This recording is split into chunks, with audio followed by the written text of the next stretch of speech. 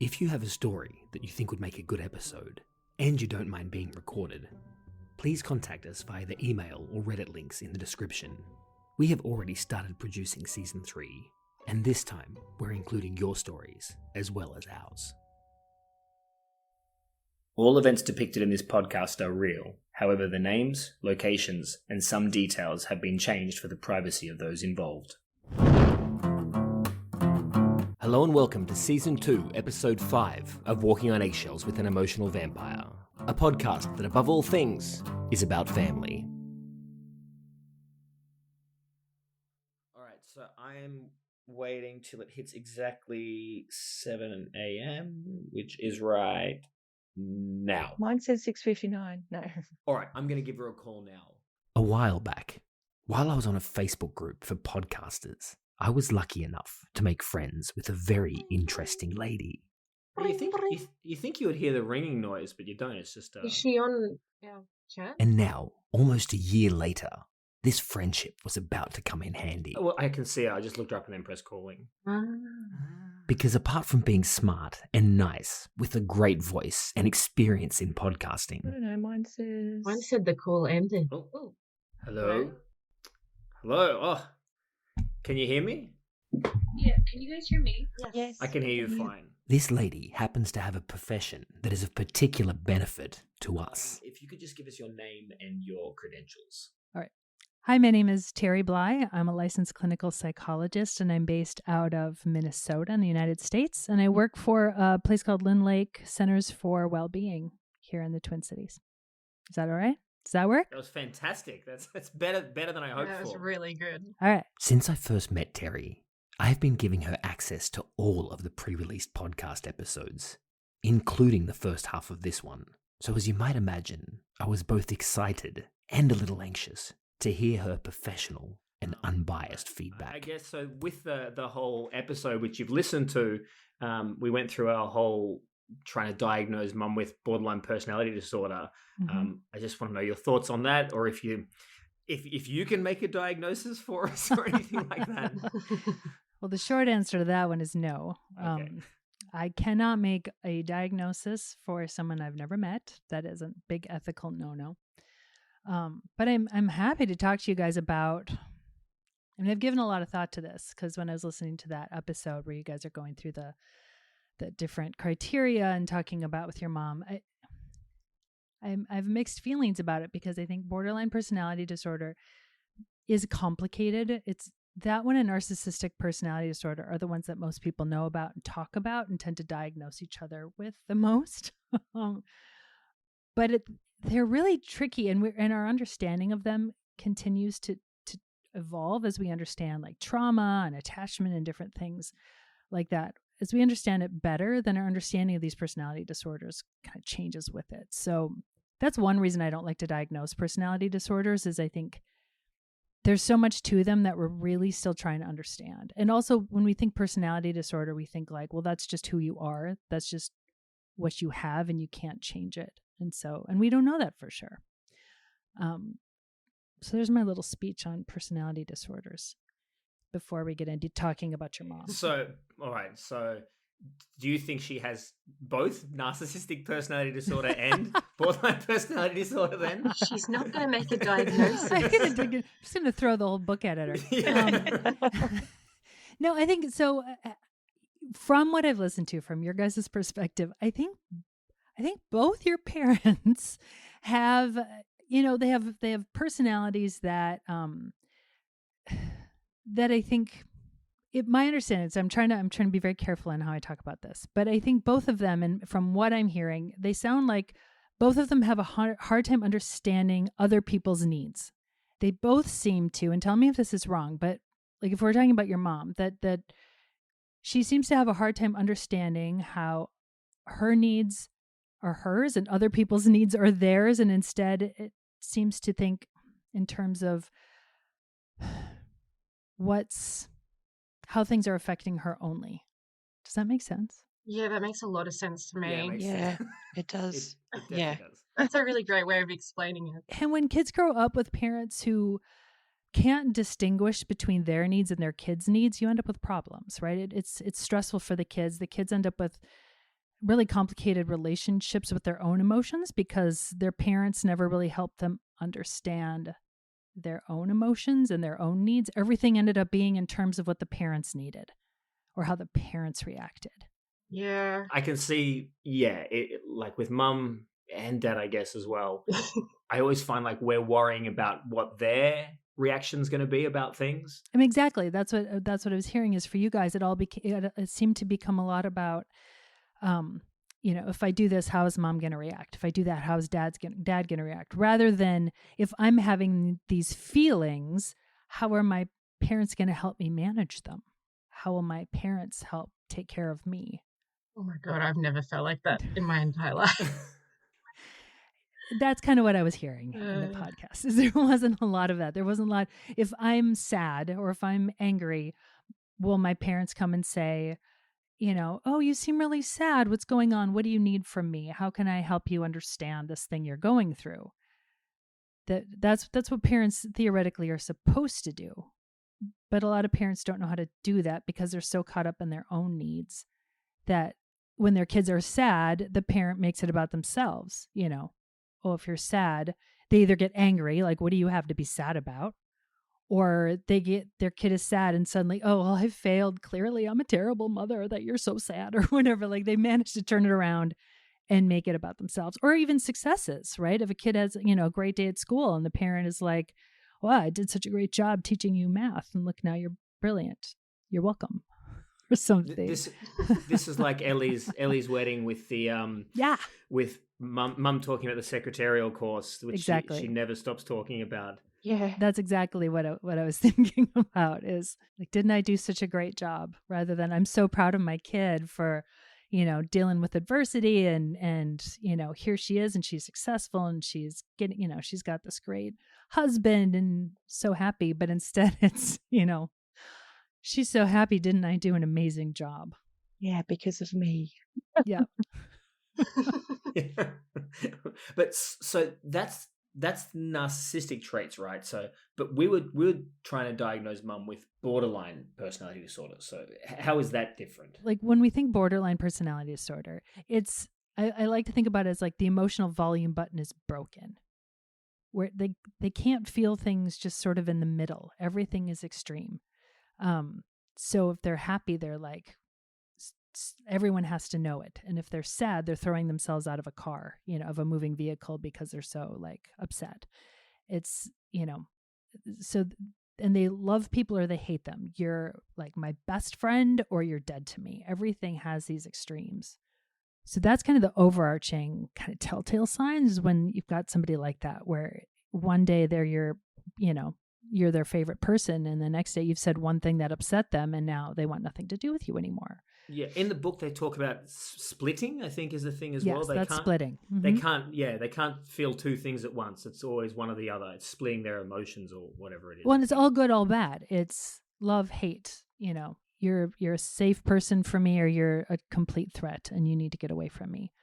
They don't have that kind of evolving, friendships or relationships have their ups and downs and good moments and bad moments. They can't tolerate that in between stuff. Okay. And you were saying that often narcissistic personality disorder and borderline personality disorder get mistaken for each other, which is interesting because I think, Aria, your therapist said that dad, he was... narcissistic personality disorder about dad, yes. Yeah, so mum was borderline and dad was narcissistic. So that's interesting.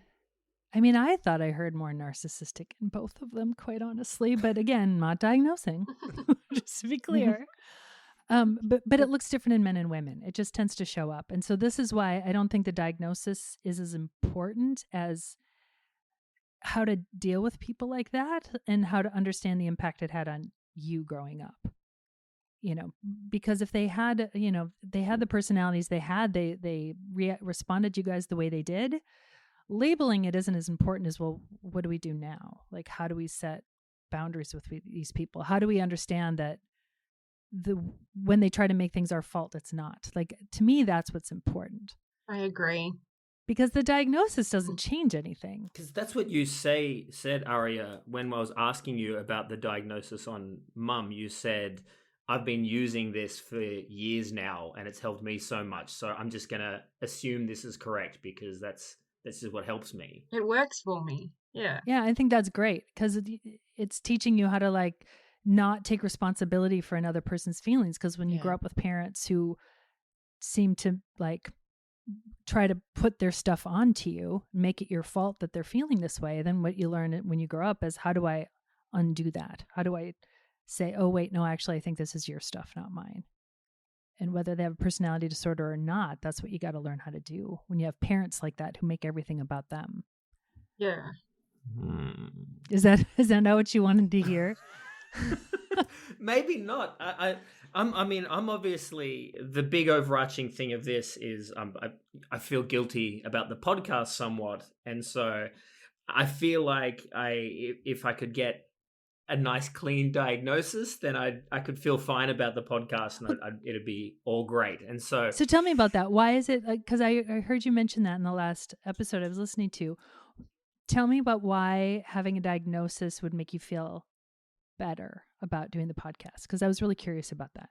I think maybe it's because I don't feel like I have a right to be complaining about anything that they did because I had a good childhood and I don't think they're that bad. I think they're just a bit weird. and so if I can get a diagnosis on them, then I can say, well, I don't know, they are a bit weird and it's okay to talk about it because at least it's a categorized thing that I'm talking about. But yeah, I don't know if you can get anything out of that. I mean, I think a lot of maybe here. Let me take a different approach to it and see if this helps, because I think we could talk about personality disorders. We could also talk about what happens when you have a mom and a dad who have a terrible relationship with each other and are miserable. I mean, it doesn't sound like they ever had a very affectionate relationship. No. God no. Curious what brought them together. Like, I don't understand that.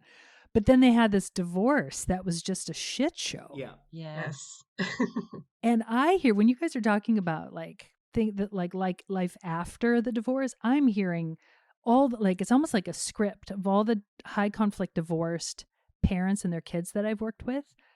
That's what I hear through all of this. I hear high conflict divorced parent situation and the impact it has on the kids. So that's really where my mind kept going as I was listening to the podcast is, oh my God, this is one of those like families that I work with all the time. It's so, and I was kind of sad. I was like, God, it's not just an American thing. This is, Sure. it's all around the globe that this happens. Cause it's so destructive to the kids, the way your parents handled this. And I mean, I was thinking about that Christmas episode, that just broke your guys' heart talking about, and it made me so sad listening to how bad you guys felt when none of that was your fault. That was such a classic setup that happens so often in these situations. You guys were in what's called a loyalty bind, and your dad put you in a situation that you never, ever should have been in. That's nice to hear. So with the divorce, I feel like Aria was in the middle of it. It definitely affected her like more noticeably. I actually feel like I was out of it by then. I wasn't even at home when it happened, really. So I never... But that thing when you guys had to go to your mom's, when you all talked about going to your mom's on Christmas, that was all of you, wasn't it? It was. Yeah. But I also still feel like I should have known better by then because I was out by then. So I do feel like there was a level of, I don't know, it was almost like getting sucked into the cult a little bit or something. I feel like I should have known better. And Aria and Ellie both did know better. Like they both felt bad about it. And then I feel like I shouldn't have done that or had that opinion. I sort of got sucked in a little bit. And I feel like that's on me. I don't think that's on the parents so much. No. And if I may respectfully disagree with you, I think that is on the parents, because family dynamics, we all get sucked back into it. We can be 45 years old and you go back home for Christmas and you're going to like suddenly you revert to the 17-year-old you were before you left home. That's just kind of a thing that we do. Family systems are like this like wonky machine, and they just operate the way they do kind of forever. And so it was for your dad to put you guys in a loyalty bind like that. It doesn't matter if you were 15 or 35, it's still a loyalty bind where you're kind of having to choose sides. And you're gonna, it doesn't matter what age you are, kids choose sides. They want to believe that this divorce, that somebody was in the right and somebody was in the wrong. Somebody's the victim and somebody's the perpetrator. That's what kids, again, even adult kids, they just tend to want to do so they can make sense of it. Well, that's the thing, because for the longest time I felt like it was all mum's fault, and then it flipped, and then I felt like it was all dad. And then now I think it's probably somewhere in between, that they're both to blame. It's just that now when I look back on it, dad always seems so malicious and mum just seems crazy. Yeah. Crazy's not a good word to use. Yeah. well, and I guess that's why I saw like mum as the borderline and dad as the narcissistic. It's because I feel like the borderline diagnosis maybe alleviates some of the responsibility from mum, maybe. That makes sense. Does it make sense? Is that well, that you would want, makes sense for you to want to figure out like how to understand it for yourself. Just kind of is it that who is to blame here, or is well, and I guess at the moment, so I'm not really talking to either parents, less to mum, somewhat to dad, but he's hard to get in contact with anyway. But I definitely am getting where I want to make things better and work them out. And I guess maybe it's with this diagnosis, it probably makes it a bit easier because I don't have to actually, it's not forgiving or anything because I can take the blame away completely because she's got some sort of condition or something. And you can't be mad at someone who's got some sort of condition. Oh, okay. That makes sense. Then you're not, maybe you wouldn't be mad at her because she can't help it. Yeah, exactly. Yeah. She can't help it. She has borderline personality disorder. None of this is her fault. She was doing the best she could. Yeah, exactly. Which I think is true. I think she was doing the best she could. I think that's true of all of us, including your dad. I think everybody's just trying to do the best they can. And I think when we become parents, we try to parent the best we can. We're all going to fuck it up sometimes. So there's where I think understanding your parents is different than blaming. And I think sometimes kids are afraid that if they recognize that maybe their parents are the way they are and some of the negative stuff too, then they feel like they're blaming their parents. But I don't think we have to think of it in terms of blaming. It's just understanding. Like understanding, why am I this way? Why are my relationships like this? Why do these types of issues, like why do I freak out in certain relationship situations, or why do I feel this way about myself? And we can understand that in terms of how we were raised. And I don't think that means blaming. I think that just means that all of our parents are going to fuck us up in different ways, and we just have to figure out how that looks like, what that looks like for us, and then we figure, okay, well, what do I do now? Because now that I understand it, how do I go about working on my own stuff so that I don't repeat the same cycle moving forward? Yeah, that's something that we're all terrified of becoming, either mum or dad. Oh, that's one of the biggest fears. We always talk about it. Yeah, and even doing things that maybe they do, we're like, oh, I hope I don't do that, or that sort of thing as well. That's So that's why I think understanding it's really helpful. And if you're just afraid of blaming your parents, you're not going to be open to understanding the impact their parenting had on you. So I guess if I'm looking to forgive is the thing I'm trying to look for, I shouldn't be trying to forgive anyone. I should be trying to understand them and then work with that. It's the end goal isn't forgiveness, it's understanding. I think it can be both. I think you can forgive a parent knowing that they did the best they could. And I mean, I don't know what happened to both your parents growing up, but it seems like maybe nobody was meeting their needs either. And so we may get to that in a future episode. There's definitely some stuff there with dad. Mum stuff is harder to find, but I think she had a turbulent upbringing. I think she had issues with her. I think her dad had he been to war? Yeah. Yeah, PTSD. Yeah. And I think there was some a raging alcoholic. Yeah. Yeah. So I hear two parents who never had their own needs met, so their kids then became the source for that. Like, now my kids are going to meet my needs. Huh. Okay. I mean, I guess that's okay every now and then, but like when it's all the time, it's probably not so great, you know. Not so great all Yeah. the time when they can't. Yeah. Yeah. So the sleeping, sleeping with mom when dad was sleeping in the other room, and like, which All one my of you, like stuff. Aria? Was it like Yeah, mom that's got me. real close? Shaving the legs. Yeah, Shaving real the close. legs. Yeah. Please, I don't want to talk about that. Oh, Yeah, we don't God. have to go into it too much, but that's where like where parents get they can't differentiate between themselves and their kids. Like they just get a little too, I mean, the psychobabble word is enmeshed, That's what enmeshed means I is think I definitely was enmeshed with mum You for a totally long were. Yeah, time there. absolutely.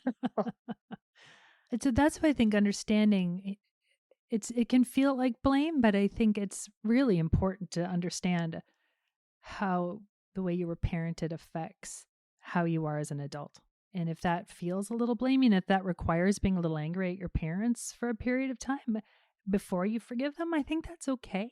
So what about this? So I'll go through a phase where I'm not talking to one of the parents, and then I feel guilty about them, and I'll want to bring them back in. Like I have an example. So we had a group chat, and then I felt bad about mum, so I said, okay, let's bring mum back, and we'll put her in the group chat so she can be part of everything again.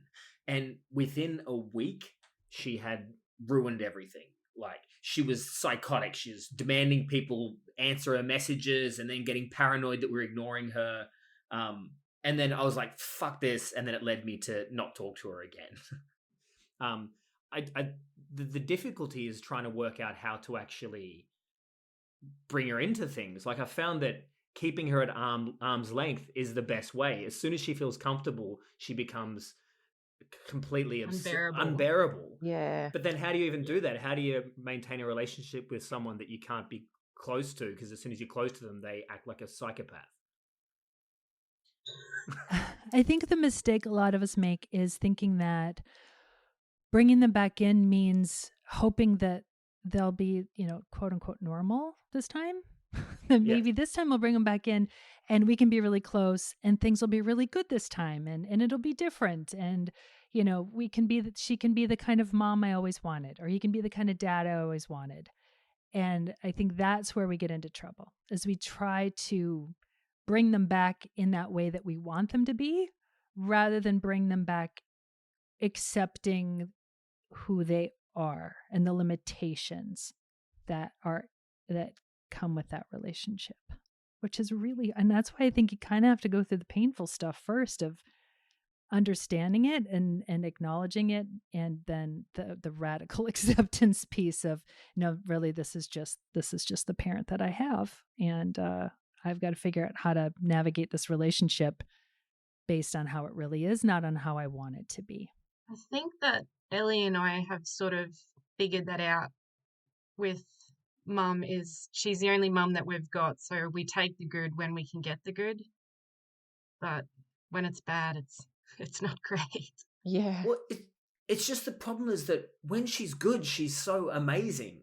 2 of my best days ever I spent with mum. Like one of them was when we went and saw a double feature of Waterworld and Apollo 13, and the other was the premiere of Independence Day.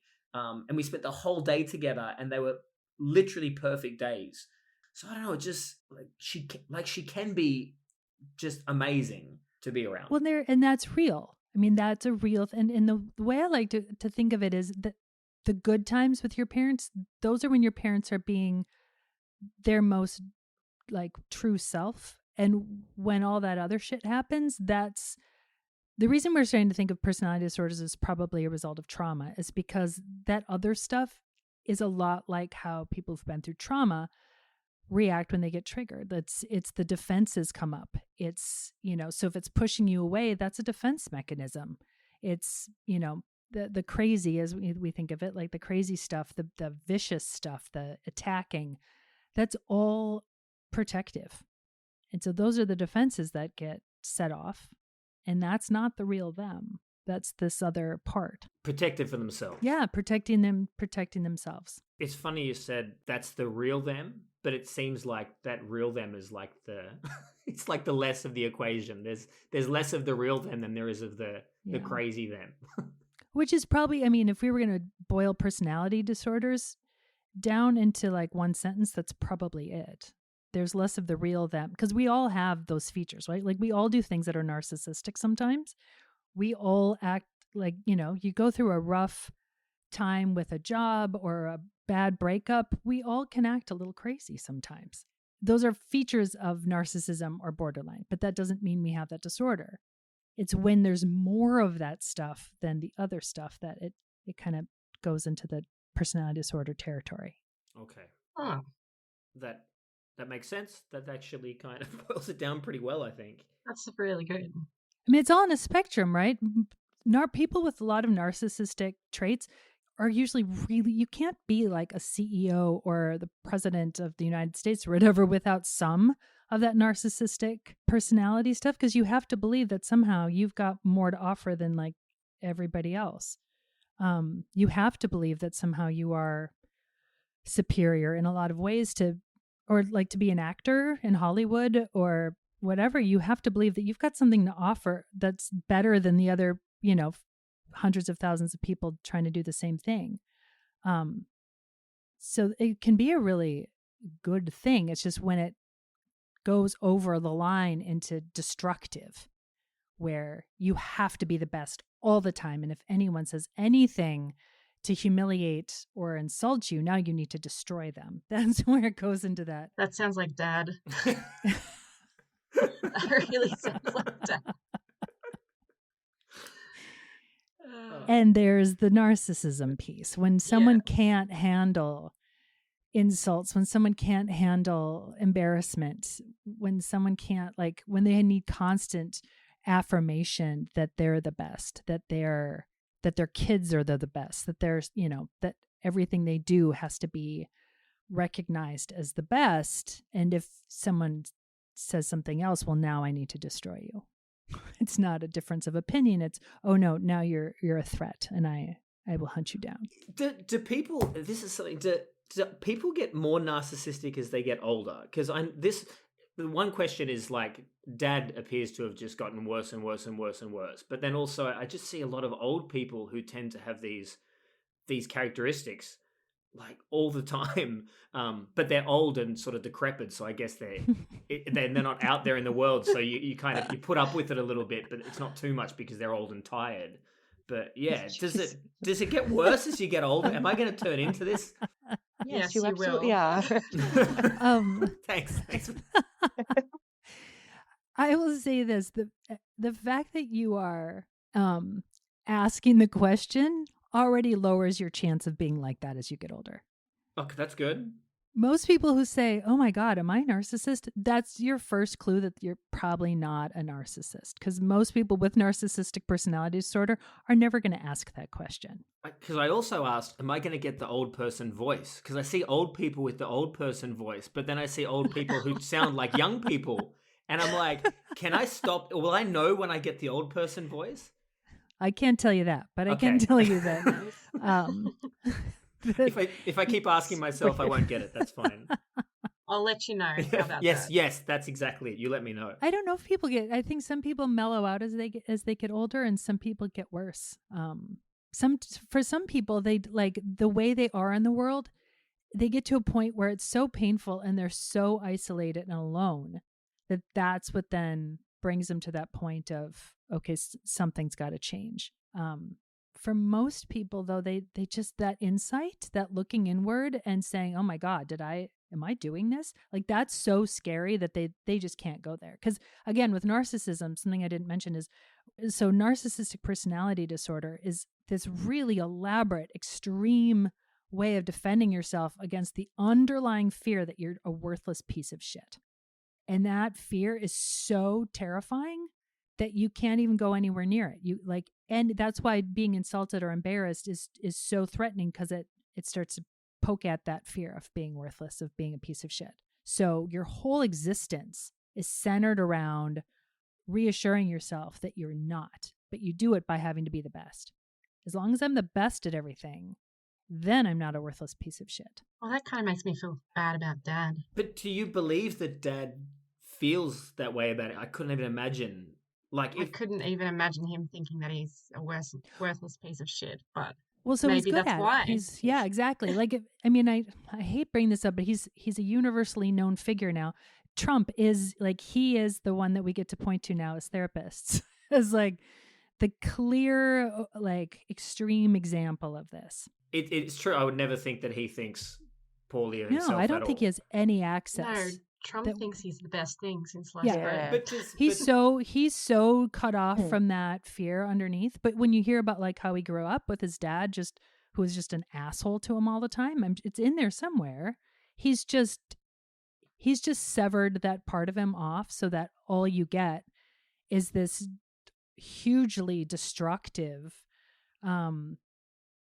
narcissistic, villain. But and so you're saying like if dad's like this, so he would not even have access to those emotions about himself. Correct. So he essentially is that person. He's turned himself into that person. I don't know your dad. Well, okay, let's say if this hypothetical person, if he's completely cut himself off from those feelings, then he doesn't have those feelings anymore. He's just that person. I've kind of unofficially, this is not research backed, this is me and my experience as a psychologist. I've kind of categorized people into like redeemable narcissists and irredeemable narcissists, where there are some people who have a lot of those narcissistic traits, but they don't want to anymore. They get to a point where they don't want to be like that. And they can see that it's causing problems in their own lives. They can see it's not getting them where they want to be. And maybe eventually they start to see that, like, they have kids and they see it's starting to hurt their kids. And so now they try to work on it. Those are I call them the redeemable narcissists. And then there's the irredeemable, where they just don't have any access to that. They cannot see that the damage they're causing. They can't see how it's hurting other people. They can't see how it's hurting themselves. They're just you're just not going to get anywhere with them. Yeah, we're not going to get anywhere with Dad for sure. But is it because they're trying to be better, or is it because they've realized that what they're doing isn't working out well for them, and so they're then becoming better to essentially be better for themselves? I mean, it's all on a spectrum, right? And I think you get both. I think they're both. I think you get a lot of times when we learn how do you do therapy with a narcissist, it's always around pointing out the negative consequences to them if they don't change. That you're not going to, if you try to come at it as like, oh, but you're hurting your wife by acting this way, you're not going to get anywhere. But if you're like, bro, you're going to be paying $2,000 a month in child support if you can't figure this out, well, now maybe they start to figure out that they need to be different. So it's still very narcissistic. It is. Their point of view. Yeah. Yes. And with Dad, so he's isolated himself from everyone that in the town where we grew up, and he's left and literally like lives like a hermit now. But it took a long time for that to happen. And this goes for us too. We thought he was amazing. It wasn't till in my 30s when I even started to question anything. But yeah, it just seems he has a lot of people that still even now that follow him around and think that he's amazing. But it tends to be people that like low quality people, like smart together people they'll think he's cool, charismatic and interesting for a short amount of time, but then they'll get over it and they'll disappear. But these like low value people seem to stick around and follow him everywhere. He finds those people as well. Yeah, it's like he recruits them. People with narcissistic personality disorder, if that is what your dad has, they tend to be larger than life, and they're usually really charismatic and charming, as long as that you are giving them what they need from you. As long as you're telling them what they want to hear, they're usually really fun to be around. It's when you cross them that it goes really bad. There's this thing that I do. So if Dad's telling a story to someone, and I wasn't even part of this story, but then he'll tell the story, and then he'll start to involve me like I was there. And then my natural inclination is to agree with him and even change my story to match his, to legitimize it. And then afterwards I'll be like, why am I doing that? Like, isn't that fascinating that your parents can do that? They can get you to like just change your whole perspective to match theirs. And it's effortless when it's a parent, and it's exhausting when you're a friend or someone who's not. Eventually you're like, this is weird. I don't want to do this anymore. And it's like, you believe everything that they say because you look up to them as well, I guess, and then you kind of believe it all, and then you're like, oh, hang on a second. Once you kind of realize, you're like, oh, okay, that's probably not true. It just takes 30 years until you Yeah, it just takes a really long time. Well, you have to be away from it, right? You can't be in it to really realize it. You have to step away from it to get that perspective. And something that I've had in the past is when I find people that were similar to Dad, I would fall back into that relationship again. Mm-hmm. Like I had this boss that I used to work with, and his name is funny enough, it's Trunk, and he's a very Trump-like figure. Yeah, the reason why they called him Trunk, this is a true story, is because he said he had a massively thick penis that he could Oh, Jesus. that was the same width as a beer can. Well, there's your first sign. That's your first clue right there. Well, and this guy is massively famous in the city where I live. So he's a famous business owner, and he's smokes 1 million cigarettes a day. He just has this larger than life personality. And for 3 years, I just fell into that same routine like I did with Dad, where I'd run around and do everything for him, and boost him up, and then change my story to match his. That sort of thing. You little gimp. I was his gimp. I absolutely I was was going to say his his little gimp. bitch, but Yeah, I mean that's the thing is I followed him around across multiple businesses, but to be honest, I learned a lot. I mean, it was mostly beneficial for me. Well, it can be a great skill. I mean, when I work with kids who have parents like this, I always say, like, if you can develop an awareness of when you're doing this, it can be a really good skill to have. If you get a boss like this and you know how to placate them, you know how to say what they want to hear because you've been doing it most of your life, but it's having the awareness and knowing when it's toxic, when it's starting to take years off your life or creating problems with your health or your other relationships, knowing to get out of it. I think it can, people who grow up with parents like that, I think do end up with some really good skills. But they can also fall into those traps of just repeating the same stuff. I was going to say, I'm the opposite. When I come across people like that, I don't want to stroke their ego at all. And I become I had a sort of boss like that, and she was the worst. I didn't want to do anything that she said. Every day I'd go home, I'm like, I hate her. So I'm the opposite. I can't stroke their ego because it just makes me feel gross. Which is also a healthy response. That's probably also a good thing where you know it and you're like, oh, I've been here before. Yeah. I don't want to go back to that. Yeah, I don't want to go back to this. Yeah, we're definitely opposite on this, Aria, because I feel like this is a skill. Being able to placate these kind of people is a skill that I use in my job all the time. So there's actually something with Ellie that I wanted to go through. In the recording that we made, you said that you thought maybe somewhere along the line you should have got some therapy or something. I just wanted to put you on the spot and then just see if you wanted to elaborate on any of that.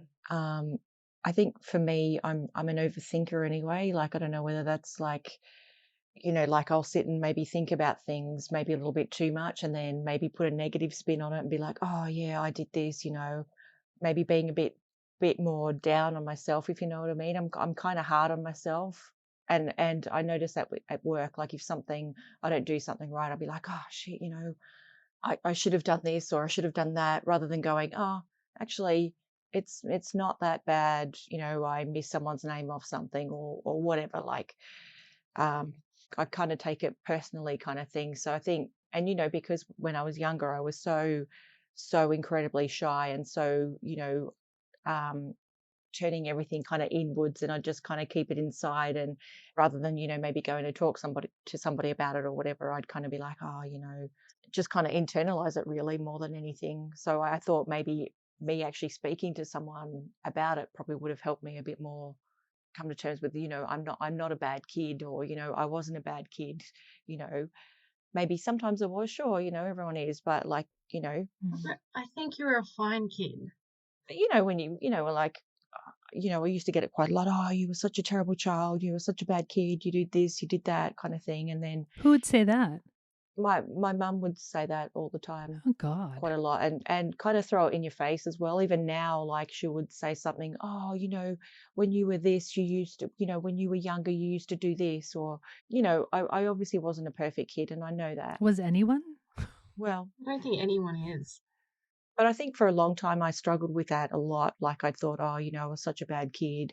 I was so terrible, that sort of thing. But I think if I had actually spoke to someone about it, because I never really talked to people about my family because, apart from, the good times, oh yeah, we had a great time. We did this, I went to dad's or I was over at mum's and we did this and, that sort of thing. But I would never be like, oh, she always brings up this and I hate it or, you know, and I know she does it with everybody, but like, it was just, I think, just my personality, and I probably could have used some therapy. I mean, I probably still could. I don't know. I think what you're talking about is exactly kind of what I was maybe alluding to in the beginning, is that all of us have those voices in our, like, all of us have those negative thoughts about ourselves. I just heard the other day that, like, they did I don't know how they came up with this number, but apparently they did research on this, and like 80% of our thoughts are negative, which is crazy when you think about it, that like our brain is just cranking out all these negative thoughts about ourselves. But I think what happens when you have parents who, I think the critical role parents play is, are they going to just reinforce those negative thoughts by saying, oh, you're such a terrible kid and you're a pain in my ass and why are you this way and whatever, like, why are you crying? That's, you should have, you should be happy, you should be grateful, blah, blah, blah. They kind of, when they echo those negative thoughts, then you believe that those negative thoughts are true. Well, I guess when I have those thoughts about how I'm a bad kid, well, my mom's telling them or my dad's telling them that, yeah, that's actually true. So then I'm going to believe those and I'm going to hold on to those, because we all have them. But I think that's the important thing about parenting, is they really, they're your first, I guess, reality check is the word. Like, they're the ones who, they're your first encounter with, like, how true are these thoughts I'm having in my head? Like, am I really that worth? Am I bad? Was it my fault? Should I be feeling bad about myself for this, or was it just an accident? And when you have parents who like get mad at their kids because they spilled milk on the table, or they left their shoes on the bus or whatever, and parents get mad at those kids, then those kids end up believing like, oh God, I guess it wasn't just an accident. I guess I did that because I'm a bad kid. So that voice in my head that's telling me like, wow, you suck is true. Yeah, that makes sense. So I think Ellie had it particularly bad just in general with having things that she did wrong pointed out to her. Not even things that she did wrong, just, I don't know, behaviors. We talked about this on the first episode, the Big Red Undies episode, about how Ellie used to wet her pants or whatever, and then she used to hide them in her cupboard because she used to get in trouble for it. Yeah. And that's the thing that Mum would still bring up years and years later. Like, I don't know if she still does it today, but 10 years ago, she was still mentioning about how Ellie used to do that and how naughty she was for doing that. She told all of us as well, like, I knew about this and, this happened well before I was born. Yeah. And it's something that me and Aria hate it when Mum does this, because it's unfair on Ellie, because she was going through some pretty rough stuff, and then it just keeps getting brought up. Yeah.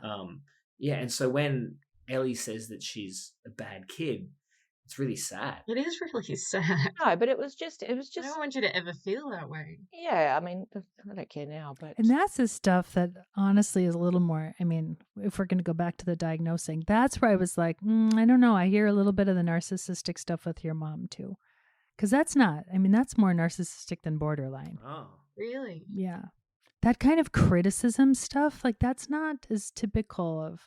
Usually someone with borderline is just so focused on, like, do you love me? Do you love me? Do you love me? That they don't tend to do a lot of criticizing, because that's not where their head is at. They're not thinking about what anyone else is doing. They're thinking about how people are treating them. And so the narcissistic stuff is where you get into more of like criticizing people. I guess they have both? Is it possible to have both? These are all constructs, right? Like, none of these things are real in any concrete sense. They're all constructs. And so, yeah, people can have, traits of both easily. Like, that happens all the time, especially in women. You see, I see more of that combo in women than men. Men, I tend to see more of that, like, pure narcissistic-y stuff without all the emotional roller coaster pieces. But yeah, you can have both. And again, because these aren't real things, they're just our way of understanding why people act the way they do. So none of these diagnoses are real. Mm-hmm. But so It's a way of understanding and explaining and then figuring out, okay, well, are there treatments for this? Like if there's this collection of things that seem to show up in people, now we can call it something, and now we can see if there's a way to treat it, if there's a way to help these people so that they're not doing this all the time and hurting other people and themselves. Terri, I think you just fucked my brain completely. I'm sorry. I think. How did I do that? I don't think I'm ever going to be able to watch or read something about a psychology diagnosis and not think that diagnosis isn't even a real thing. It's just trying to understand why humans are the way we are, because we're so weird. Like we're so messy. Yeah. And so we need to try to find some way to categorize it, because people do seem to get messy in similar ways, though, right? Like that's why I was saying, like, sometimes with like these high conflict divorced parents, I feel like they each got a script, because I feel like it's the same thing. I run into the same storylines over and over and over again. So yeah, we're messy, but we do seem to become messy in recognizable patterns. I think I'm going to make my own therapy, and everyone's going to be on a spectrum between gimp and maniac. And that's where we're always heading, one or the other. Let me know how that goes. Yeah. I'll write a paper. See if that catches on. I'll let you can read on it and then put a footnote or something in there. I think when you have parents sorry, go ahead. Oh no, go. Mine's a different. Oh, I was just saying, I think what's really important, coming back to this, is figuring out if I have parents who, like, when I made mistakes, they would yell at me, or when I was sad, they would tell me not to be, like, if I have parents who seem to invalidate my experience of myself and the world, then maybe it's a good idea for me to figure out how that might be affecting me now. And maybe it isn't, but maybe it is. And I always think it's good for people who can recognize that there was maybe some messy. I think anytime anyone had parents who got divorced and it was that kind of high conflict, really messy stuff where they couldn't co-parent and they would talk to the kids about how much money they're given, your other parents, and, you should hate them and feel bad for me. Like, I think that's always a good reason to go to therapy and try to unpack how that affected you. Crickets. That's exactly what I did, pretty much. I did unpack it. Yeah, you do. I do find with high emotion stuff with me personally, I'll wait a month or two before telling the parents. So in the past, if I broke up with like my long-term boyfriend, I would wait 2 months before I'd tell them that I'd broken up with them. So I'd already emotionally dealt with it when I talked to them, so I wouldn't get upset. I don't know why I did that, but it's just easier. Because you didn't want to be vulnerable, because you knew that maybe being vulnerable with your parents isn't super safe. It's definitely not safe. I don't think it is super safe. I do the same thing, man. If I got a terminal illness, I think the parents would be the last people to know. 100%, 100%. Right, so there it is. When you can't be vulnerable with your parents, like that's going to affect you in ways that might not become clear until you leave home. Like, I just had that with I had to get surgery for a cyst, and I waited until I told everyone else before I told either of the parents. Like, they were the last people to know. And it was when I was able to talk about it without feeling any sort of upsetness or anything. But then you had to, like, boost up, like, your old man. I had to boost up both mum and dad because they were getting upset. And then I was like, I'm okay. Like, I'm fine. So that's why I do it, so I can deal with their emotions after I've already dealt with mine. So that's exactly what I'm talking about. When you grow up with parents who you can't have your own emotions and they can't be about you. Like, your emotions are always going to end up being about your parents and how they're reacting. Like, that's exactly what I'm talking about. You always end up having to take care of your parents' emotions, and they're not going to be able to take care of yours because they don't know how. Really cool to know about me. Like, that makes so much sense. Because I never knew why I did that. It really does. I think we all do. I think that's actually smack on that idea. Yeah, you're setting up for their emotions 100%. That's what I do. because otherwise you've got to deal with your own emotions and theirs at the same time, and that's really Yeah. difficult. Yeah. And you're like, oh, I'll just wait a little bit and then I'll tell them. And then, because then I'll be able to kind of deal with whatever they come back with. Well, and also we'll tell each other first, but then we have to hide the fact that we've told each other from mum, because if mum knew that we didn't tell her first, she'll be angry about it. And so there's that whole production that we have to go through every time. Yeah, so you're still kind of doing it. And you definitely were doing it as a kid. There's no doubt in my mind that started young. Is it something we shouldn't do? Oh, I don't know. You can decide, right? Like, I'm not getting upset in front of mum and yeah. dad. No. Oh, I think it's probably a good idea not to be vulnerable. Again, it's kind of learning to accept your parents for who they are. And then once you've kind of accepted that and you understand it, then you stop setting yourself up to get hurt over and over. Like if you keep thinking your mom is someone you can go to with something vulnerable, and every time you're reminded that, oh, wait, nope, this is bad, this doesn't feel good at all, and you do that to yourself over and over and over again, like that's not healthy. But we're doing good So, coping mechanisms. Yeah. That's good. Very much so. Because this is one of the things that I've sort of been pushing on the sisters a little bit lately, is this idea of we've got to stop playing into that game. So rather than lying about things or hiding things and pretending like we talk to them first, we have to stop doing that, because that doesn't help anything. That's us lying and it's making things worse.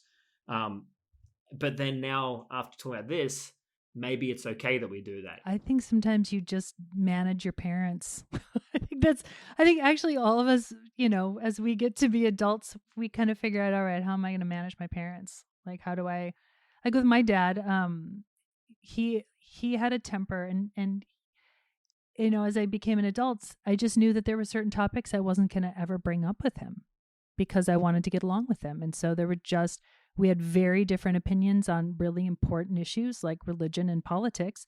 And so we just didn't bring it up because I wanted to enjoy my time with my dad. And so we would just talk about, hockey and X-Files. And that was about it. But we had a nice time because we would just stick to the safe stuff. So I think that's a lot of what we do as adults. You can't not have a good time talking about X-Files. Right? I mean, the fact that was a favorite show for both of us was endless topics for conversation. We didn't have to go into religion or politics.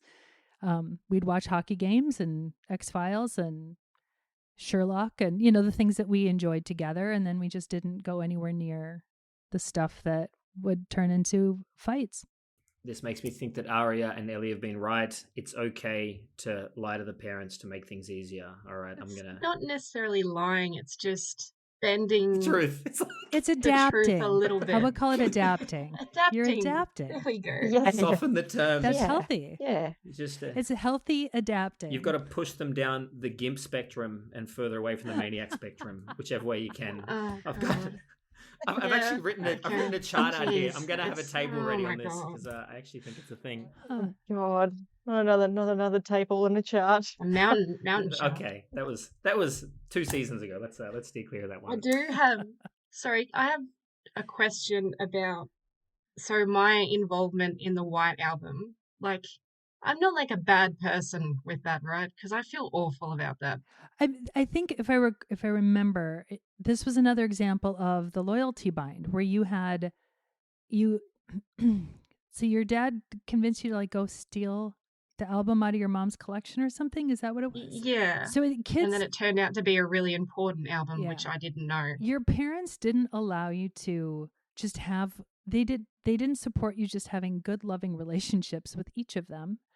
Your dad at least seemed to really want to pitch you against your mom. Yeah. That's what I heard. A couple of examples of is he really, and I think doing stuff like that, and then also having you guys go to your moms to tell her to like stop. I mean, the comment about, he's gonna kill her if she doesn't stop taking that was it, or whatever it was. Like, he was. I mean, he was manipulating you guys to get you to turn against her and be on his side. And the White Album thing, I think, was part of it. And since you're the youngest, right, Aria? Yeah, much younger. So you were obviously you were way more vulnerable to that than your older siblings. And so I think you just ended up being the one who wanted to please There's usually one kid in a family who wants to please everybody. Yeah. That's her. I feel like Ellie's got that too. Oh, yeah, it's true, actually. Yeah. And so I think when those are the ones who tend to get manipulated because they just want their parents to be happy. They just want everyone to be happy usually. Yeah. And so, you know, a parent can use that against the kid and get them to do things that later on. I always, you know, in situations like this, when I'm working with divorced families, divorced parents and their kids, I always think when parents do stuff like this, I think it might work now, but those kids are going to grow up to be adults. They're going to look back on that and they're going to be like, what the fuck did you do that for? And they're going to be really mad because 100%. they're going to realize like maybe they don't get it when they're kids, but someday they're going to be adults. They're going to leave home and they're going to be telling somebody about this. And that somebody's going to go, wait, what did your parent do? Like, that's really fucked up. And they're going to go, oh God, that you're right. And then they're going to like, you know, go through a process. And sometimes people end up cutting off that parent because they get so angry. So I just think it happens all the time. So that was a really long answer, Aria, to no, that's not your fault. That was your dad totally preying on your vulnerability there in that situation. Suck it, Lucas. It's just, you can't help it. You were deep in the GIMP, on the GIMP side of the spectrum. So that's why you do it. Oh, God, here we go. I mean, I've had clients whose ex-husbands will tell the kids stuff like, their ex-husbands will tell the kids stuff like, oh, well, I would buy you that car, but because I have to pay your mom so much in child support and stuff, like, I can't. I did get that from Dad. Well, we would go to Hawaii. We would go to Hawaii, but since your mom's taken all my money, I can't. Sorry. So, I mean, this kind of stuff happens all the time. And then the kids end up really mad at mom. Which is what happened. It's what happened, exactly. We did, yeah. We avoided her and everything. It was just... And now I'm really angry at Dad as well because I'm talking to him the least out of all of us, I think. Yeah, you're the anti-dad. But I don't want to... If he calls, I find I struggle to answer the phone. I just don't want to deal with it. Well, you had a lot of stuff with him recently. Like, there was the whole fist fight with Riggins as well, so... Yeah, that was terrible. And he's disowned me like numerous times for like a day. He seems to tell you more stuff, though, than he does me. I don't want to hear about it, though. We should look at wrapping this up because I think Terry's got to go pretty soon. I have like 13 minutes. 13 minutes. Good kid. Yeah. First of all, I just want to say you are awesome. This has been so good. It's really cool talking to you, and I just want to thank you so much for coming on as well. Has it been helpful? I don't know if what I'm saying is really. It really has been. It has been interesting. Like, you know, just hearing someone who actually knows. One thing I did want to add is something that might be helpful for you guys to hear or not. It might be the opposite. We'll just see. I'm just going to put this out there. One thing that is unusual for you guys, like when I say I work with all these families where, you know, that's kind of my special areas is working with kids and divorced people and that whole system. And one thing that's unusual for you guys is usually kids have, when they have divorced parents like this, they have one who's super reactive and emotional and volatile and, you know, narcissistic or borderline or whatever you want to call it. They'll have one who's like that. And then one who's softer, who's calmer, who's more the people pleaser, who's more, you know, kind of friends with the kids, but they're more emotionally accessible. They're more of a caretaker. And so usually kids have one parent that they can at least go to have some of that emotional stuff, like have their emotional needs met, and they'll have the other parent who's not good at that. It's pretty unusual to have both parents be like that. So that is something that's a little different for you guys, is to have two parents who struggled to not make things about them and who wanted their kids to meet their needs and referred everything back to themselves. So again, I don't really know what to do with that information, but I did think I should tell you that in my experience, that it's not unheard of, but it is rare. Maybe we should be way more fucked up than we are. That's what I'm getting from that. There's the takeaway. You guys are doing really, really great, considering that you had two parents who really seemed to struggle to be present for the kids, who were able to kind of put aside their own stuff and be calm when their kids needed them to be calm. Like I think about my 17-year-old. I have 2 daughters and 2 stepdaughters, and my youngest one is a little more emotional. She's just more of a teenager, typical teenager. And, when she's coming at me with stuff, when she's coming in hot and she's mad at me for something, as a parent, my job is to stay calm and not get set off by it. It's to say, I hear you.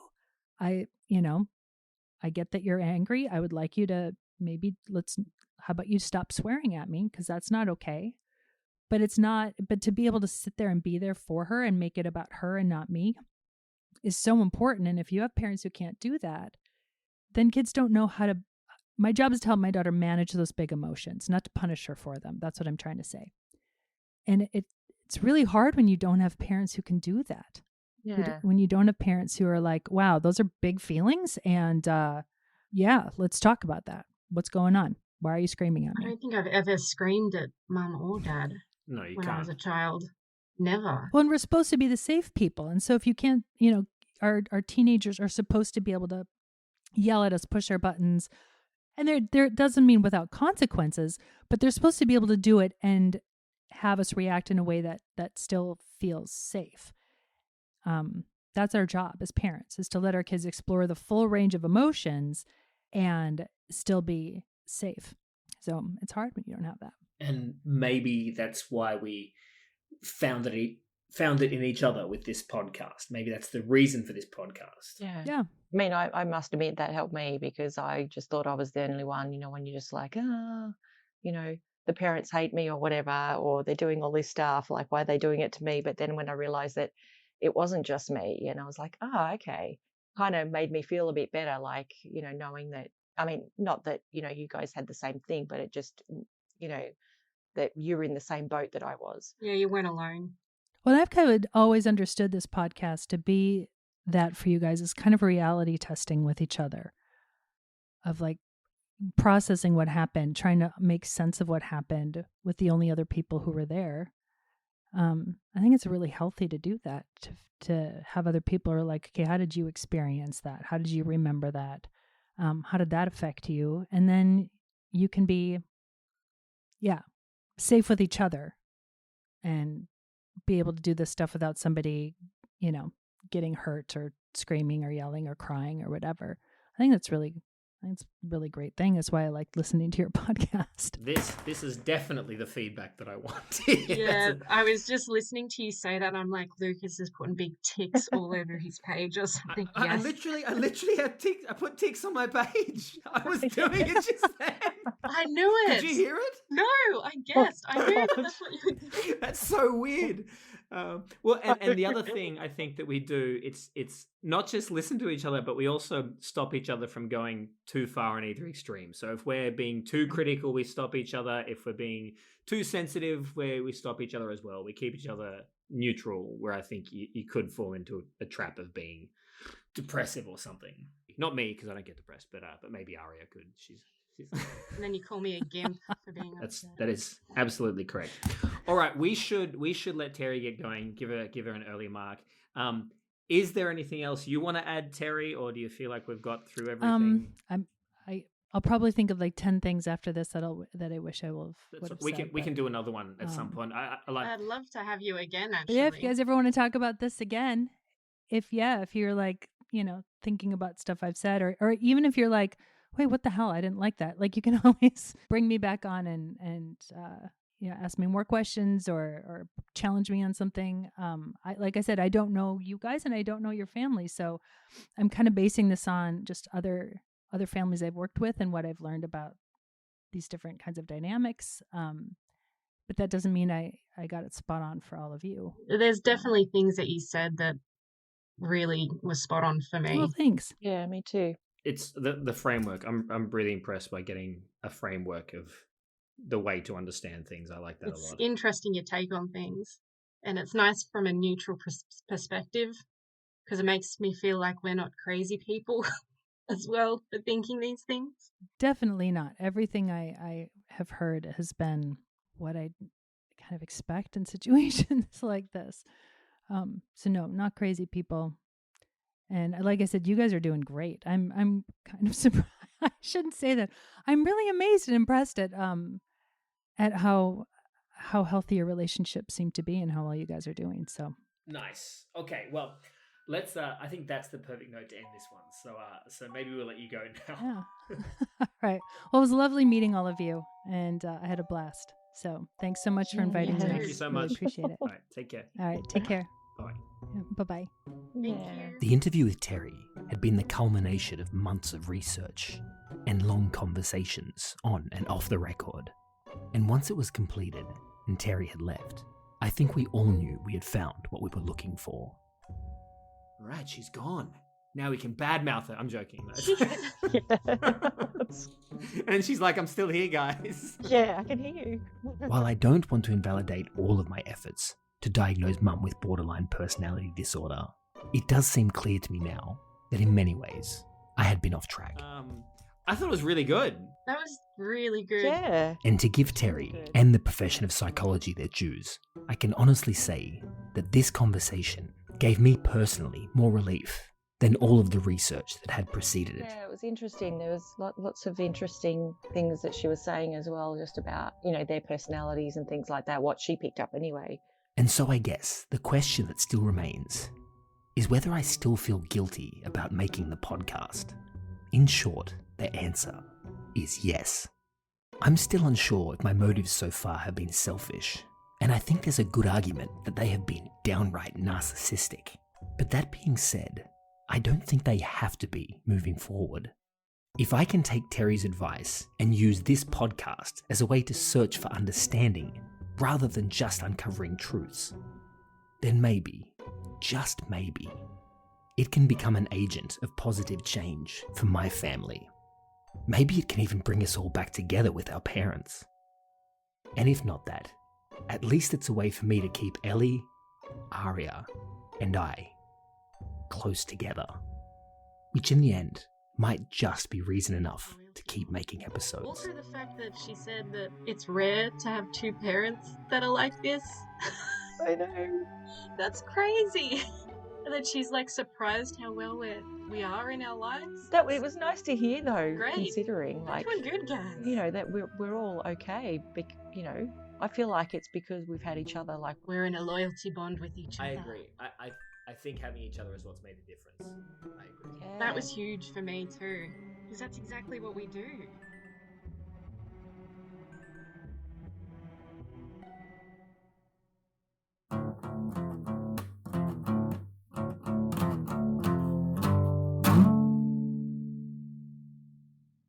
Next time, we tell our father's troubled origin story.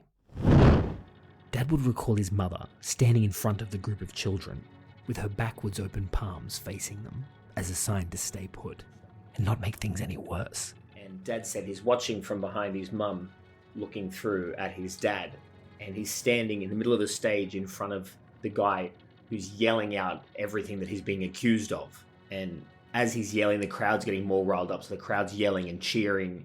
And then the man gets to the end of all of his charges, pushes him down to his knees by his shoulders, pulled a pistol out of his belt, and then he puts it to our granddad's head. And Dad said when this was happening, all the kids started to push up against the back of their mum, because instinctively they wanted to go and save their dad. That's next time on Walking on Eggshells with an Emotional Vampire. If you enjoyed today's episode, or if you think that you might want to be part of a future one, please let us know about it in the email or Reddit links that are in the description. Walking on Eggshells with an Emotional Vampire is produced, recorded, and edited by me, Lucas Shaw. Thanks for listening.